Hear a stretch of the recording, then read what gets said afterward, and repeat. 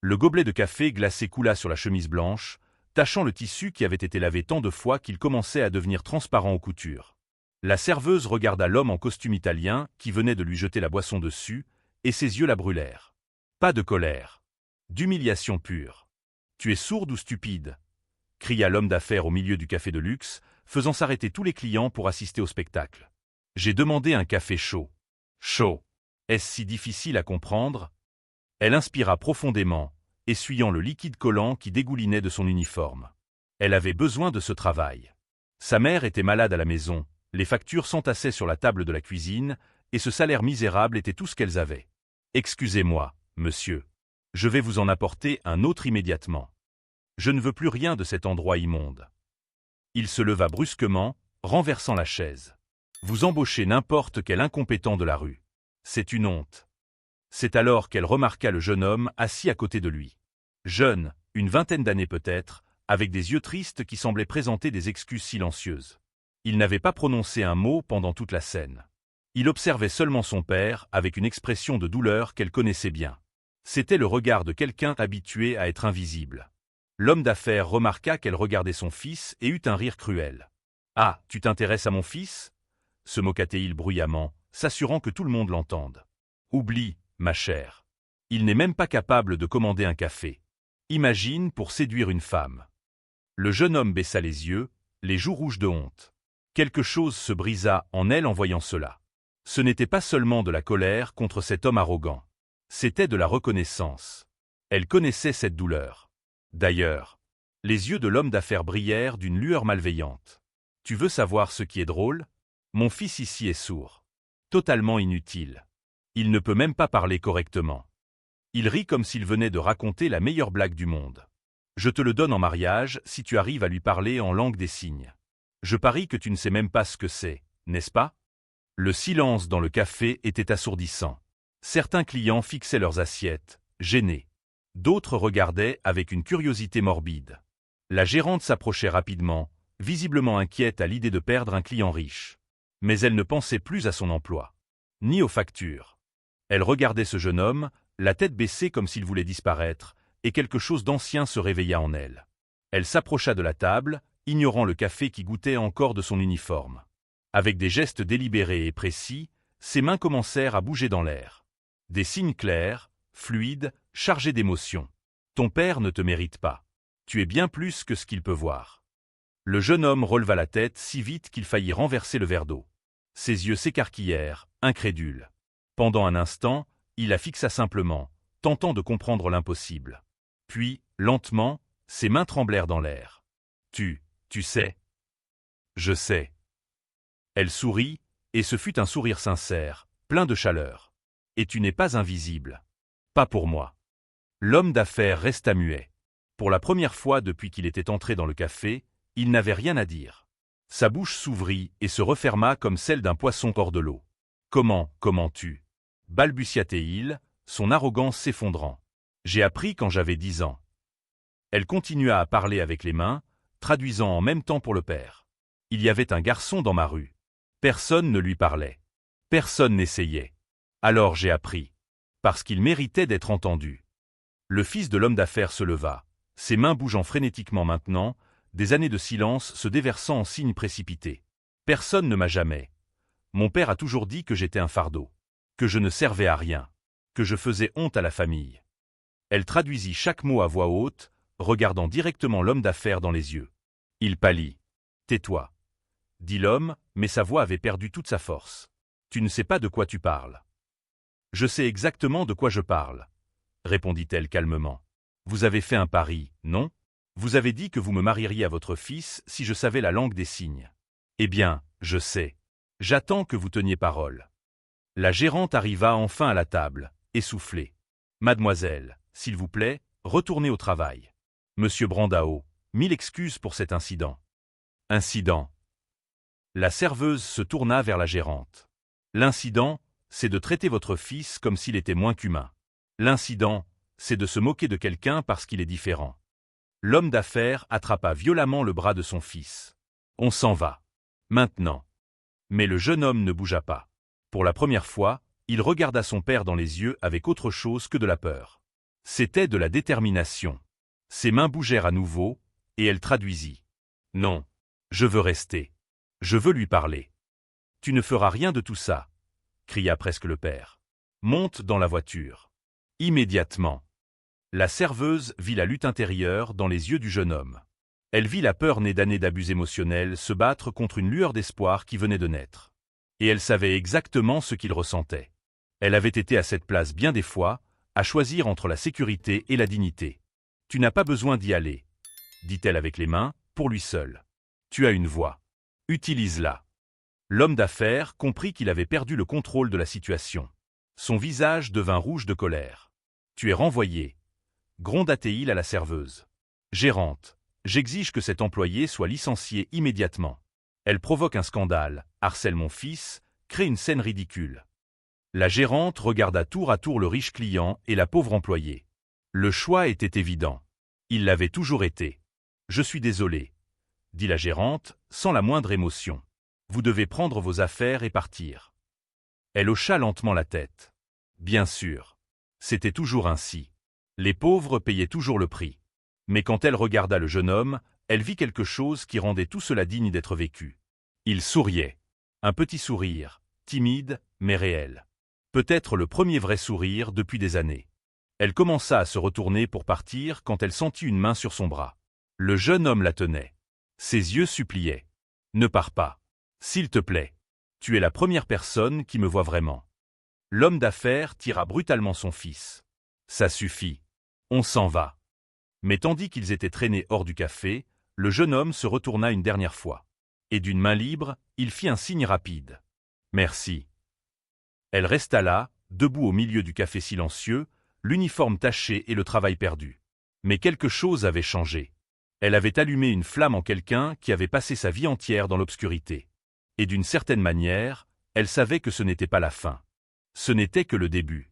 Alors qu'elle rangeait ses affaires au vestiaire, elle ne pouvait s'empêcher de penser à ses yeux tristes.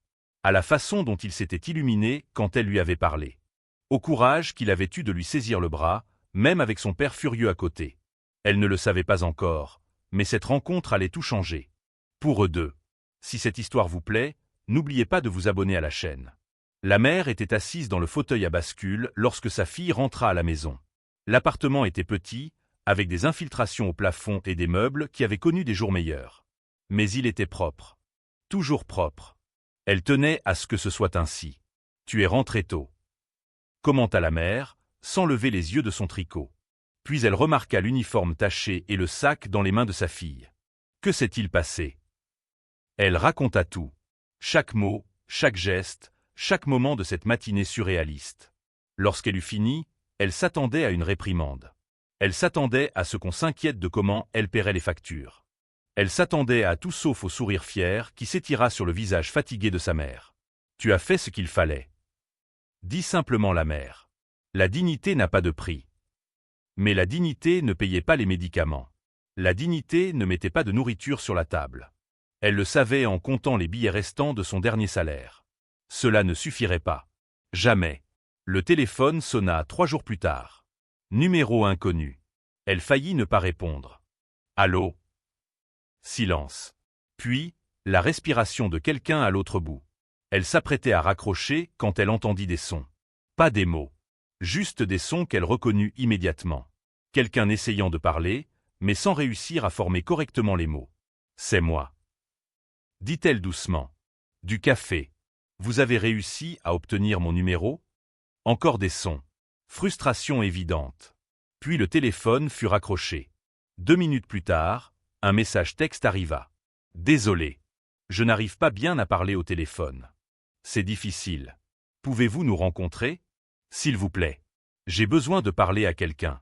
À vous. » Elle regarda le message longuement. Elle savait qu'elle devrait l'ignorer. Elle savait que s'impliquer avec cette famille ne pourrait que causer des problèmes. Le père était clairement dangereux. Riche, puissant, cruel. Le genre d'homme qui détruit des vies sans y penser à 2 fois. Mais elle savait aussi ce que c'était que d'être invisible. Elle savait ce que c'était que de crier en silence et que personne n'entende. Oh! Ils se retrouvèrent dans un parc public le lendemain. Il était assis sur un banc, regardant le lac, et semblait plus petit qu'elle ne se souvenait. Plus jeune. Plus perdu. Quand elle s'approcha, il se leva si vite qu'il trébucha. Ses mains commencèrent à bouger avant même qu'elle ne s'assoie. « Merci d'être venu. Je ne savais pas si tu viendrais. J'ai obtenu ton numéro grâce à la gérante du café. Elle ne voulait pas le donner, mais j'ai insisté. Mon père ne sait pas que je suis ici. Il serait furieux. Il est toujours furieux. » Elle s'assit à côté de lui, laissant un espace entre eux. « Comment vas-tu ? » ?»« Mieux. Pire. » »« Je ne sais pas, » il fit une pause, cherchant les mots justes. « Tu as été la première personne depuis 5 ans à me parler vraiment. Pas de moi. Avec moi. Tu vois la différence ? » Elle voyait. « Ton père a toujours été comme ça. » La question fit changer quelque chose sur son visage. La tristesse fut remplacée par quelque chose de plus sombre. L'amertume. La colère avalée depuis trop longtemps. Il ne l'était pas. Quand j'étais enfant, avant de perdre l'audition, il était différent. Pas affectueux, mais normal. Puis je suis tombé malade. Méningite. Les médecins m'ont sauvé la vie, mais pas mon audition. Ses mains tremblaient légèrement. Le jour où il a découvert que j'étais sourd, il m'a regardé comme si j'étais mort. Comme si son fils était mort et qu'il ne restait qu'une erreur. Elle sentit sa gorge se nouer. Tu n'es pas une erreur. Pour lui, je le suis. Il possède une entreprise gigantesque. Un empire familial transmis de génération en génération. Et l'héritier est sourd. Tu imagines la honte ? Le sarcasme dans ses mains était amer. Il me cache. Réunion de famille, événements importants, dîner d'affaires. Je n'y vais jamais. Il y a toujours une excuse. Je suis malade. Je voyage. Je suis occupé. La vérité, c'est qu'il ne veut que personne sache qu'il a un fils défectueux. Tu n'es pas défectueux. Non. Il la regarda avec des yeux qui avaient trop pleuré. Alors pourquoi personne n'a jamais voulu apprendre à me parler ? Pourquoi ma propre famille me traite comme un meuble ? Pourquoi ai-je passé les 5 dernières années complètement seule dans une maison pleine de monde ? Elle n'avait pas de réponse à cela. Pas de mots beaux capables de faire disparaître la douleur. Alors elle fit la seule chose qu'elle pouvait. Rester là. Présente. Le voyant vraiment. Ils restèrent silencieux un moment. Ce n'était pas inconfortable. C'était le type de silence qui existe seulement entre des personnes qui comprennent que certaines douleurs sont trop profondes pour des mots. « Puis-je te poser une question ?» demanda-t-il enfin. « Bien sûr. »« Pourquoi as-tu appris la langue des signes ? Pourquoi t'en es-tu soucié ?» Elle pensa au garçon de sa rue. Elle pensa à la façon dont il s'asseyait souvent seul sur les marches, regardant les autres enfants jouer. Elle pensa à la façon dont ses yeux s'étaient illuminés la première fois qu'elle lui dit « bonjour » en signe. Parce que tout le monde mérite d'être entendu. Même dans le silence. Il la regarda comme si elle avait dit quelque chose de révolutionnaire. Comme si cette idée simple lui était totalement nouvelle. « Mon père t'a renvoyé à cause de moi. Ton père m'a renvoyé parce qu'il est un homme petit qui a besoin de diminuer les autres pour se sentir grand. Ça n'a rien à voir avec toi. Pourtant, c'est ma faute. Laisse-moi compenser. J'ai de l'argent. Je peux t'aider à payer les factures, trouver un autre emploi, n'importe quoi. Je ne veux pas de ton argent. Alors que veux-tu ? » Elle réfléchit un instant. Que voulait-elle ? Justice ? Vengeance ? Non. Quelque chose de plus grand. Je veux que tu arrêtes de croire aux mensonges que ton père te raconte sur toi. Il eut un rire sans joie. Plus facile à dire qu'à faire. Je sais. Mais c'est possible. Tu es plus fort que tu ne le penses. Comment peux-tu dire ça ? Tu me connais à peine. Je sais que tu as eu le courage de venir me chercher, même en sachant que ton père serait furieux. Je sais que tu es resté dans ce café quand il t'a dit de partir. Je sais que tu es ici maintenant, risquant encore sa colère. Ce n'est pas de la faiblesse. C'est du courage. Pour la première fois depuis qu'il s'était assis, il sourit. Un petit sourire, mais sincère. Tu es étrange. Merci. Ils parlèrent pendant des heures. Il raconta sa vie solitaire dans le manoir. Des tuteurs privés qui parlaient lentement et fort, comme s'il était un enfant. De sa mère morte quand il avait 15 ans, emportant avec elle la seule personne qui le voyait encore comme humain. Des rêves qu'il avait dû abandonner parce que personne ne croyait qu'il en était capable. Elle raconta sa jeunesse pauvre. Voir sa mère travailler 3 emplois pour les soutenir. Apprendre tôt que le monde était cruel pour ceux qui naissent sans privilèges. Décider chaque jour d'être gentil dans un monde qui récompense la cruauté. Quand le soleil commença à se coucher, aucun d'eux ne voulait partir. Ils avaient trouvé quelque chose de rare. Une vraie connexion. Quelqu'un qui comprenait. « Puis-je te revoir ?» demanda-t-il, et il y avait une vulnérabilité pure dans ses mains. Oui. Mon père ne peut pas savoir. Je sais. Il va essayer de te faire du mal s'il découvre. Je sais aussi. Alors pourquoi fais-tu cela? Elle le regarda, ce jeune homme qui avait passé tant de temps à être invisible, et sourit. Parce que tu mérites d'avoir au moins une personne qui choisit de rester. Il ne répondit pas. Pas besoin. Ses yeux disaient tout. Mais aucun des deux ne savait que, de l'autre côté du parc, un chauffeur privé avait pris des photos. Et que ces photos arriveraient entre les mains de l'homme d'affaires avant le dîner. La tempête ne faisait que commencer. Les photos arrivèrent pendant le dîner. L'homme d'affaires découpait son beefsteak quand l'enveloppe fut posée à côté de l'assiette. Il l'ouvrit sans hâte, mâchant lentement. Puis il s'arrêta. Le couteau et la fourchette restèrent suspendus dans l'air, tandis qu'il examinait chaque image. Son fils. Cette serveuse. Ensemble dans le parc. Riant. Conversant. Trop proche. Explique. Sa voix était dangereusement calme. Le jeune homme regarda les photos et sentit son sang se glacer. Il avait été si prudent. Du moins, il le croyait. On n'a fait que parler. Que parler, répéta le père, chaque mot goûtant du venin. Tu as désobéi à mes ordres directs. Tu as recherché cette femme. Tu l'as rencontrée en cachette. Et tu veux que je croie que vous n'avez fait que parler? Oui. La gifle vint si vite qu'il n'eut pas le temps de se préparer. Sa tête tourna sur le côté, la joue brûlante. Tu es pathétique. Le père se leva, jetant les photos sur la table. Cette femme veut ton argent. Elle veut entrer dans cette famille et sucer tout ce qu'elle peut. Et tu es trop stupide pour t'en rendre compte. Le jeune homme posa la main sur son visage, les yeux brûlants. Mais pas de douleur physique. De la colère. Des années de colère avalées bouillonnant enfin. Elle n'est pas comme ça. Ah non? Le père ricana. Alors qu'est elle? Ton amie? Ta sauveuse? Réveille-toi, gamin. Des gens comme elle voient des personnes comme nous et n'y voient que des billets. Des gens comme elle. Les mains du jeune homme bougèrent avec fureur. Tu veux dire des gens décents? Des gens empathiques? Des gens qui ne traitent pas les autres comme des déchets? Fais attention à ce que tu dis. Ou quoi? Tu vas me frapper encore? Me mettre au placard? Me rappeler une fois de plus que je suis une honte? J'ai déjà entendu tout ça des millions de fois. Ça ne marche plus. L'homme d'affaires devint rouge. Tu ne la reverras pas. C'est fini. Je m'en assurerai. Tu ne peux pas me contrôler pour toujours. Je peux et je vais. Tu vis dans ma maison. Tu manges ma nourriture. Tu vis de mon argent. Tu feras ce que je dis ou tu iras dans la rue. On verra combien de temps ta petite amie restera à tes côtés quand tu n'auras plus rien. Le jeune homme quitta la pièce avant de faire quelque chose qu'il regretterait. Mais en montant l'escalier, une décision se cristallisa en lui. Il en avait assez d'être invisible. Assez d'être contrôlé. Assez de vivre comme un prisonnier dans sa propre maison. Il était temps de changer cela. Elle reçut le message tard dans la nuit. Il sait. Il a des photos. Il est furieux. Désolé de t'avoir mise dans cette situation. Peut-être vaudrait-il mieux qu'on arrête de se voir. Elle regarda les mots longuement. La partie rationnelle d'elle était d'accord. C'était le choix sensé. Sûr. Mais elle avait passé toute sa vie à faire des choix sûrs, et où cela l'avait-il mené? À un appartement avec des infiltrations et une pile de factures qu'elle ne pouvait pas payer. Non.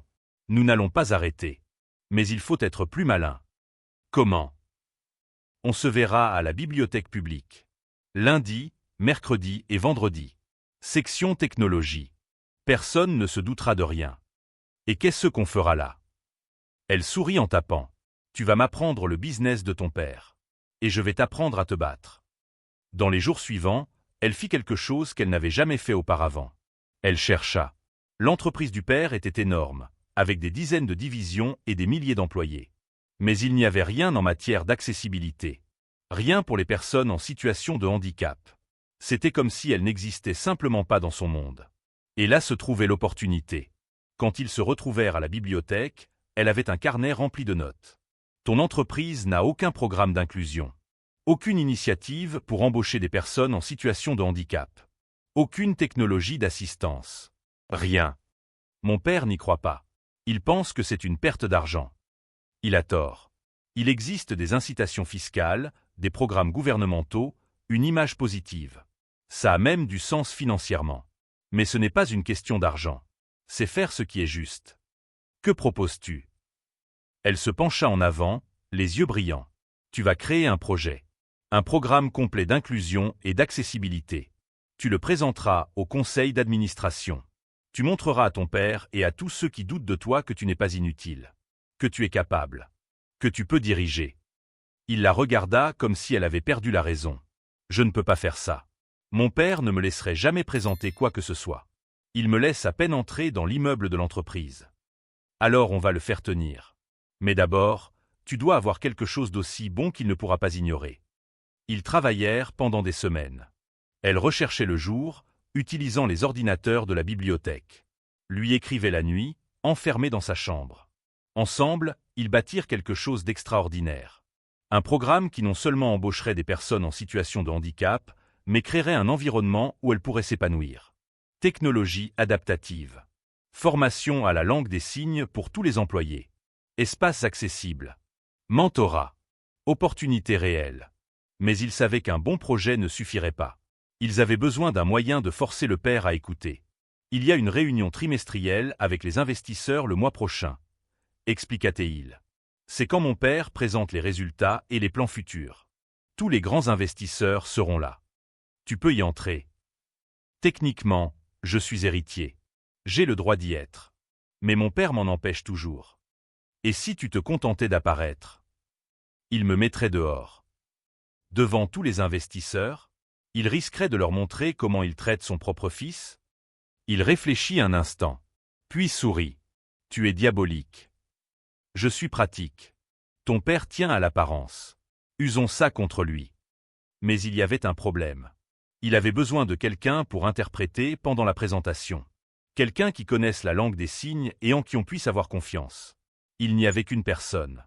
Je ne peux pas te demander ça. S'il découvre que tu es impliqué, il te détruirait. Il m'a déjà détruite. Il m'a pris mon travail. M'a humilié en public. Je n'ai plus rien à perdre. Mais toi, tu as tout à gagner. Tu es sûr? Absolument. Dans les jours qui précédèrent la réunion, la tension était palpable. L'homme d'affaires avait remarqué quelque chose de différent chez son fils. Il était plus confiant, plus décidé, moins disposé à baisser la tête.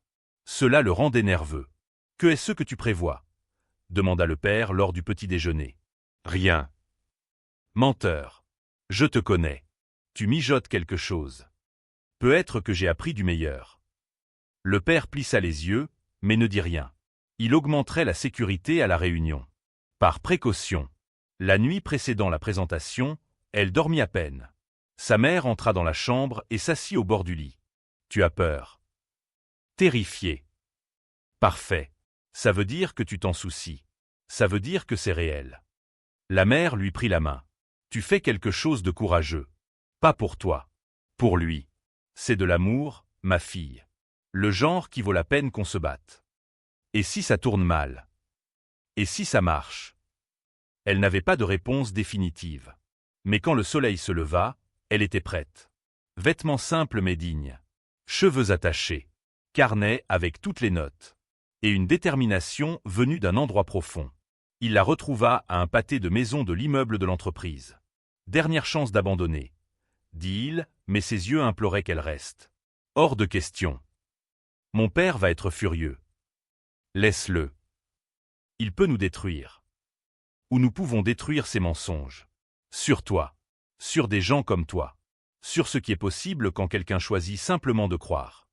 Il prit une profonde inspiration et tendit la main. Elle la serra. Ensemble, ils entrèrent dans l'immeuble qui représentait tout ce qui avait tenté de le détruire. Mais cette fois, il n'était pas seul. Cette fois, il avait une voix. Et il s'apprêtait à s'en servir. La salle de réunion était intimidante. Table en acajou poli, chaises en cuir italien, murs de verre offrant une vue sur la ville. 12 investisseurs importants étaient déjà assis lorsque l'homme d'affaires entra, sourire confiant aux lèvres. « Messieurs, merci d'être venus. Aujourd'hui, nous allons discuter de notre croissance au dernier trimestre et... » La porte s'ouvrit de nouveau. Il entra, suivi d'elle. Le silence fut immédiat. Absolu. L'homme d'affaires devint blanc, puis rouge, puis violet. « Que crois-tu faire » siffla-t-il. Le jeune homme ne répondit pas. Il marcha jusqu'à la table, posa son ordinateur portable, le connecta au projecteur. Ses mains tremblaient, mais il ne s'arrêta pas. « Sécurité !» cria le père. « Sortez-les d'ici. Maintenant. Attendez un instant. » Un des investisseurs les plus âgés leva la main. Cheveux grisonnants, lunettes élégantes, expression curieuse. « Ce n'est pas votre fils? L'héritier de l'entreprise ?»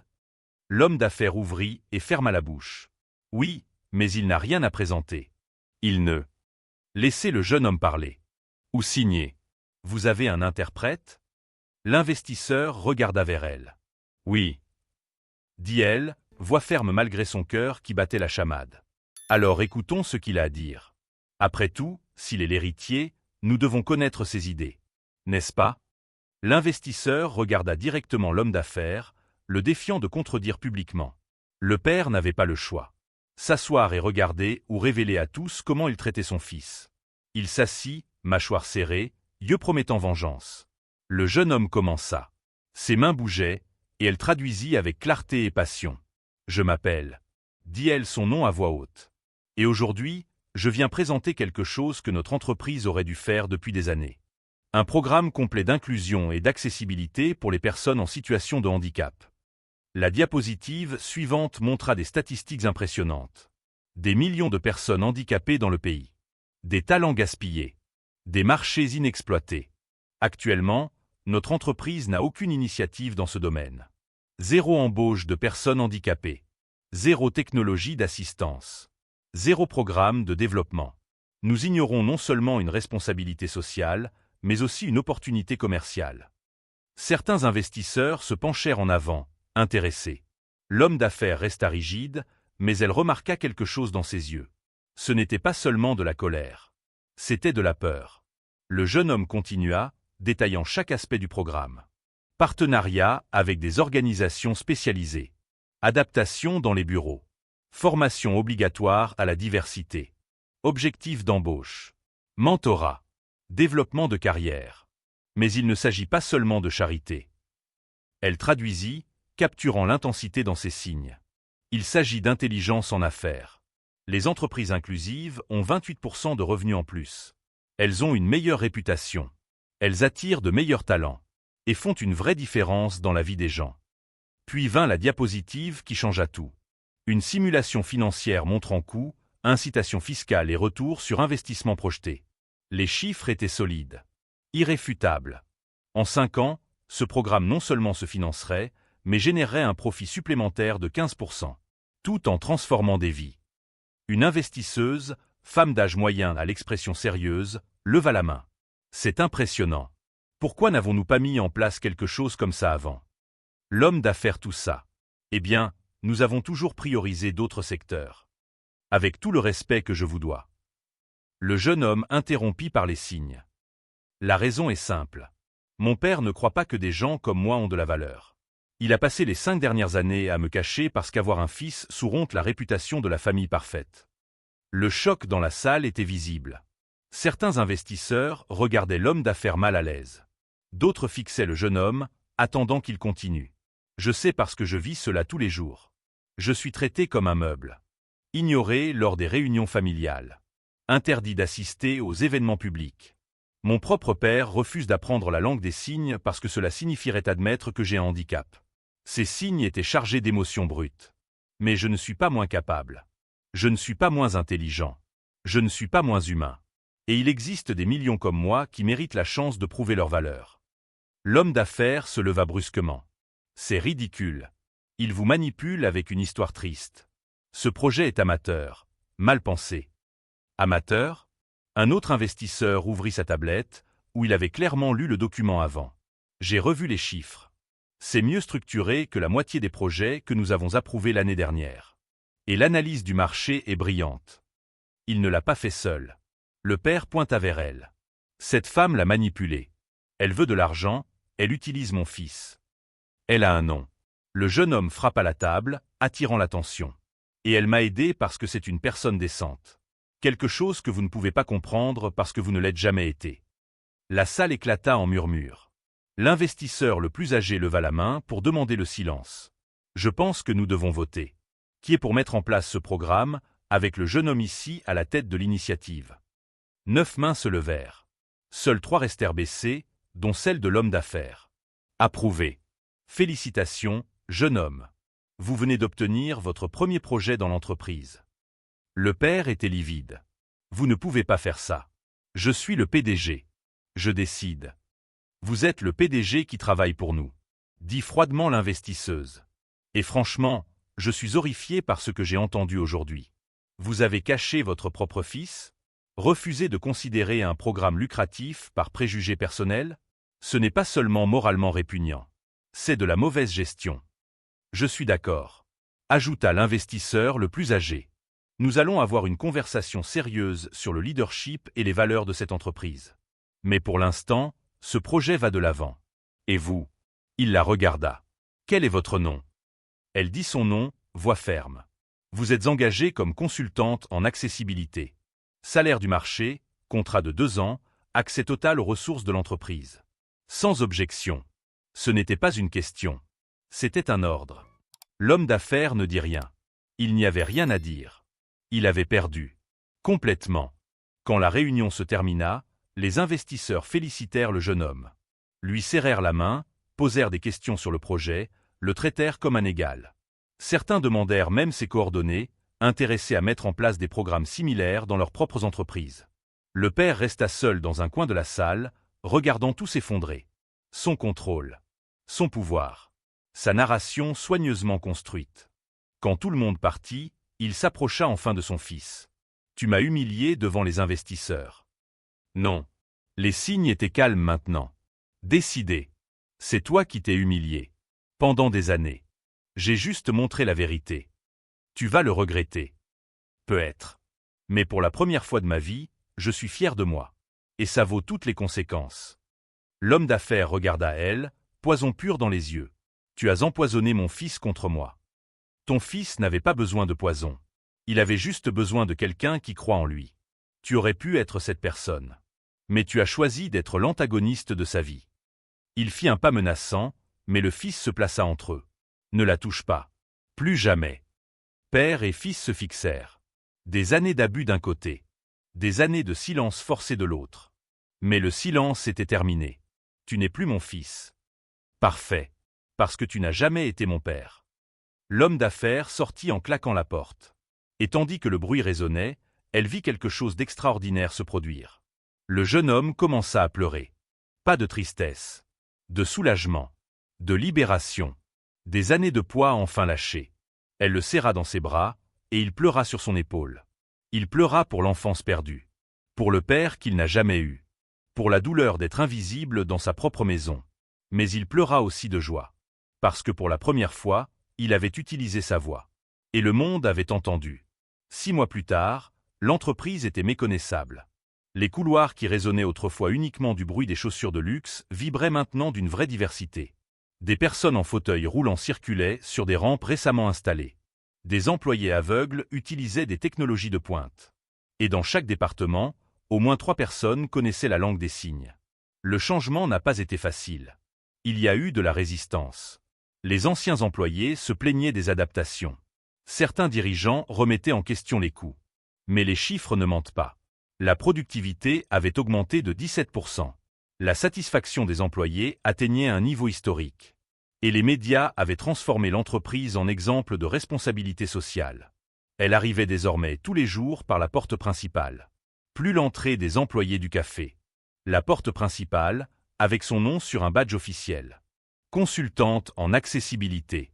Chaque fois qu'elle passait devant la réceptionniste qu'il avait ignorée des mois auparavant, elle ressentait une satisfaction silencieuse. Le jeune homme avait éclos de manière à surprendre même elle. Il dirigeait des réunions avec confiance.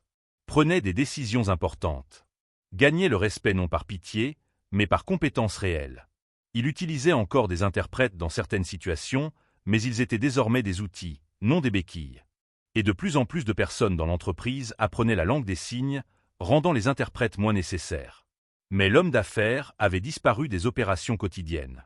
Les investisseurs avaient clairement indiqué que sa présence était nuisible. Il restait PDG sur le papier, mais le pouvoir réel avait changé de main. Et il le savait. Par un après-midi pluvieux, elle révisait des budgets lorsque la secrétaire entra, nerveuse. « Il est là.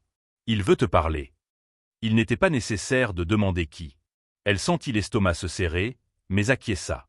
L'homme d'affaires entra dans son bureau. Le sien. L'ironie n'échappa à aucun d'eux. Il semblait plus petit d'une certaine manière. Plus vieux. Plus fatigué. Le costume était toujours cher, mais ne portait plus cette arrogance étouffante. « Tu peux t'asseoir », dit-elle, gardant une voix neutre.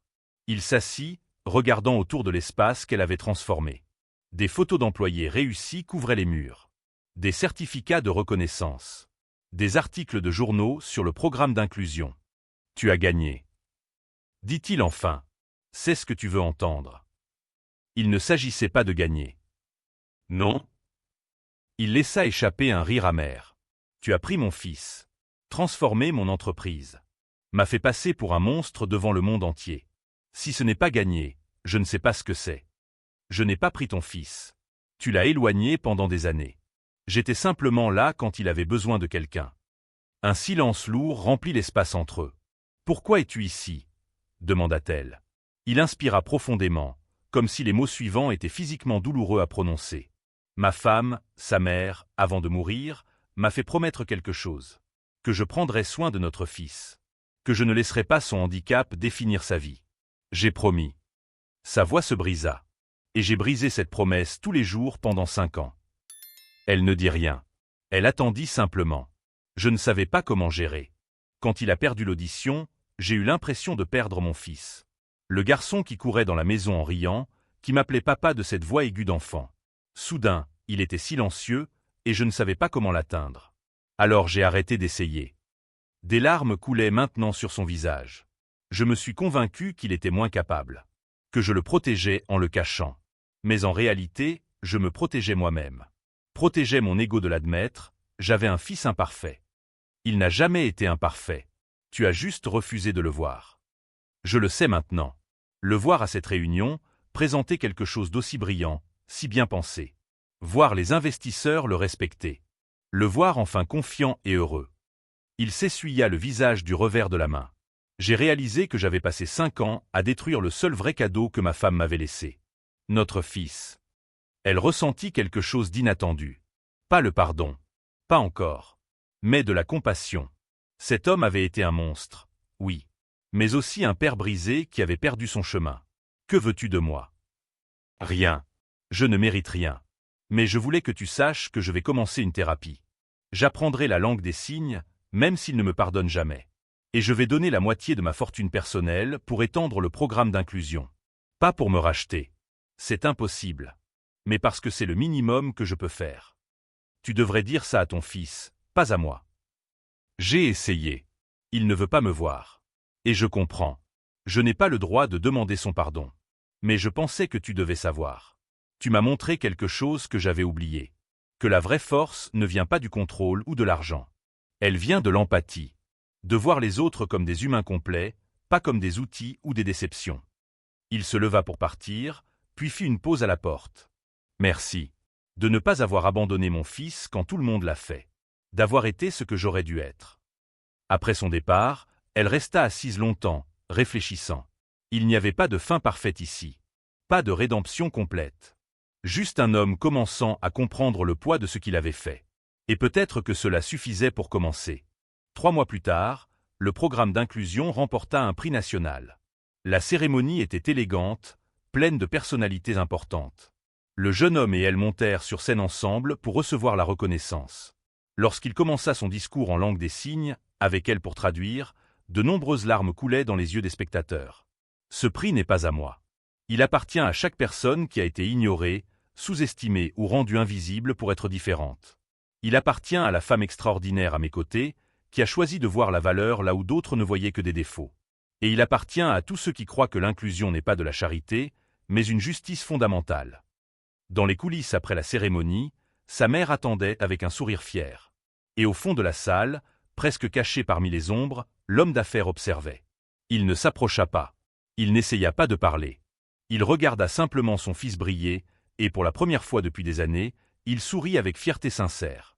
La guérison prend du temps. Le pardon n'est pas obligatoire. Mais le changement est possible. 2 semaines plus tard, elle ouvrit un centre communautaire. Un espace où toute personne pouvait apprendre la langue des signes gratuitement. où les enfants sourds avaient des mentors, où les familles trouvaient soutien et ressources. Le financement venait en partie du don de l'homme d'affaires, en partie des investisseurs qui avaient vu l'impact du programme dans l'entreprise. Le jeune homme était bénévole tous les mardis et jeudis. Il enseignait, conseillait, inspirait. Et chaque semaine, elle voyait arriver plus d'enfants avec des yeux remplis d'espoir. Des enfants qui n'auraient pas besoin de passer des années à se sentir invisibles comme lui.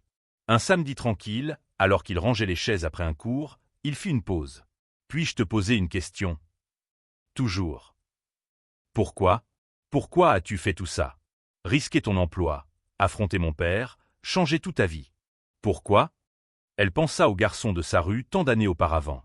Elle pensa à toutes les personnes qui avaient été ignorées simplement parce qu'elles étaient différentes. Elle pensa à sa mère qui lui avait appris que la dignité valait plus que la sécurité. Parce que tout le monde mérite d'être vu. Et parfois, tout ce dont quelqu'un a besoin, c'est d'une personne qui choisit de voir. Il sourit de ce sourire devenu si commun ces derniers mois. Puis, pour la première fois, il la prit dans ses bras. Pas comme ami, pas comme collègue, comme famille. Et elle comprit qu'ils avaient créé quelque chose de plus grand que la romance ou l'amitié. Ils avaient créé un but. Ils avaient prouvé qu'une seule personne choisissant d'agir avec compassion peut changer des vies. Que les systèmes oppressifs peuvent être défiés. Que des voix réduites au silence peuvent devenir les plus puissantes. Le monde était encore difficile. Il y avait encore préjugés et injustices. Mais dans un petit coin de ce monde, ils avaient allumé une lumière. Et cette lumière continuerait de grandir, atteignant d'autres qui devaient se rappeler qu'ils étaient précieux, capables et dignes. À la fin, l'histoire ne parlait pas de vengeance ou de victoire. Elle parlait de quelque chose de plus simple et profond. Elle parlait de choisir de voir l'humanité là où d'autres ne voient que des différences. De transformer l'invisibilité en voix. De prouver que l'empathie n'est pas une faiblesse.